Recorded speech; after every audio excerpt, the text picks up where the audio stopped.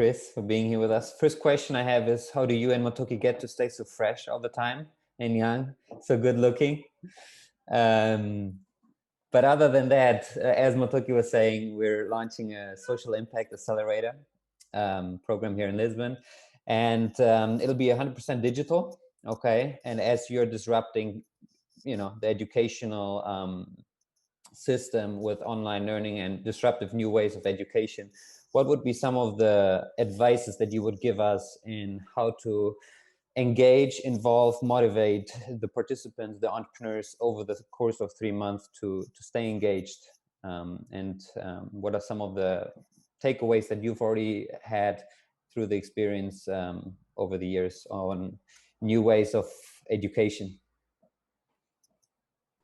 Tell me more about the social accelerator. So we'll have a total of 15 teams. We'll have 5 sessions over the course of 3 months on Fridays and Saturdays, so that everyone, even though they have a daytime job, be able to participate. We have a scale of various sectors, various stages in life, from 19-year-olds to 55-year-olds, from nonprofits to apps development, creatives, fashion industry, all throughout the different sectors.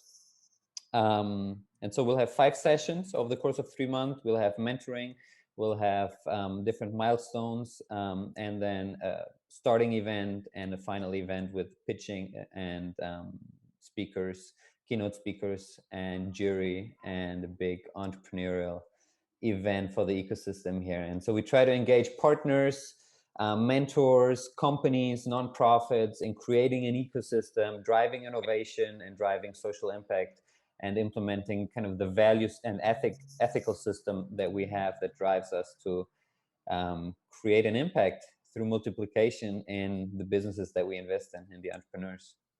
Wonderful. So this is a focus mostly for entrepreneurs, is that correct? Yes. Okay, and you said that there's a wide range of people from as young as 19 to maybe even over 55 years old, right? Correct. Okay. And so when you say how do I drive engagement for these entrepreneurs, do you have an idea in your mind like what success looks like when this is all done? Success as in regards to their projects and initiatives? No, in or terms from of the engagement. learning experience. Okay. Yeah. Well, I think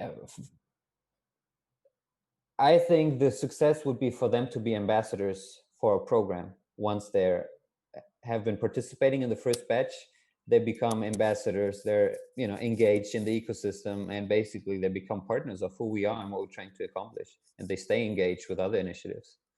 That's great. So have you asked these entrepreneurs what would a success or a win look like for them that they would be so enthusiastic in terms of talking about their experience with the program? Not yet, because we're just going to get started 2 weeks from now. Okay. With the first session.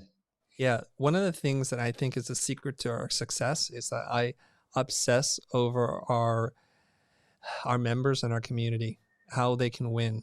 And there's a lot of different ways they can win. There's the base win, which is they achieve their goal, they launch their app, their product, they make money. But then there's an emotional need that's above that, a sense of belonging, feeling safe.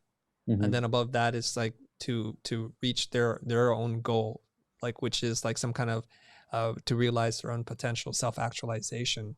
I'm just moving up Maslow's hierarchy of needs, right? And so I try to think like, how do I not only get them into that base layer, which is very important because without the business success, they'll be struggling, but how do they feel a sense of belonging, that they're growing personally, spiritually, and everything else, right? Mm-hmm. And in their relationships as well. And so I start to go in that state of mind. But sometimes, as we're very experienced people, we assume the steps are a little easier to accomplish. And so what I would just do is just try to ask, like I would do a pre-interview and just pull, you said there's 15 teams. It doesn't have to be that many people. It could be 10 people from the different teams. And just ask them, like at the end, let's kind of envision the future, what's happened, and that make you so happy and thrilled with your success and the results with this program that you can't wait to like run out to the mountaintops and scream, this was the best experience. It was completely transformative. Help me understand, and then understand their challenges too. And then design your your 5-session accelerator program to hit those notes. And that's really important. One thing that I learned from my coach and my therapist was that what you think is helpful isn't always perceived as being helpful to people. So it's really important just to ask. And I'll just tell you a tiny little story. It's a very personal story. I was trying to help my wife. She's like, I'm having computer problems. I'm like, okay.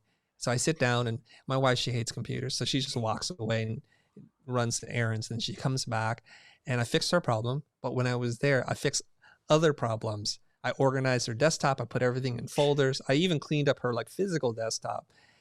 And she's like, where are my files? I'm like, what do you mean? So we got into a fight. We didn't talk for a little bit. And I learned a very valuable lesson that day, which is if you want to do something that's going to be helpful to the person, it's important that they perceive what you're doing as helpful. And so the best way is just to ask. Guys are kind of dumb about this sometimes. Like we're like, well, no, I'll figure this out.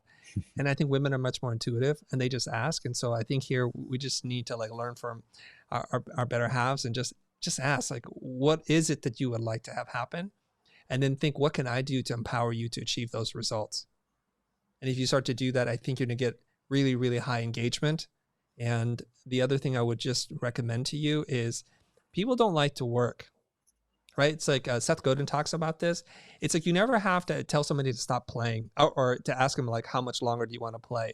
When things feel like play, we lose sense of time, and we ask, how much more can I do it? But when it starts to feel like work, we ask ourselves, when am I done? When can I finish doing this? So I think gamifying the experience and the process, having leaderboards, having little badges. I think if we tap into what we understand about playing like video games, for example, they're very, very good at doing this, right? I'm an old school gamer. Like I'm almost 50 years old. So I grew up in a time when you read instructions to play video games and it was complicated. But today, if you have to read an instruction for a game, it's a horrible game. So the games are designed in such a way that at the very beginning, there's only a few variables. And as you advance, the variables start to open. And I think this is why the game industry is bigger than the entertainment industry and the music industry combined, right? Because they know how to develop these things. And there's always there's a boss, a mini boss at the end of each level to test you. And they've been teaching you how to beat the boss the whole time. And then you go to the next one and it's a little bit harder, and it keeps progressing until you beat the final boss. And the final boss is, I imagine, your 5th session. And now you have to put together all the skills that you've learned and combine that. And I think then it becomes a really interesting thing. So use what you know about games and game design to gamify the entire process. I think you're going to get a lot more engagement. People like to compete in healthy ways. So give them a reason to compete and then reward them.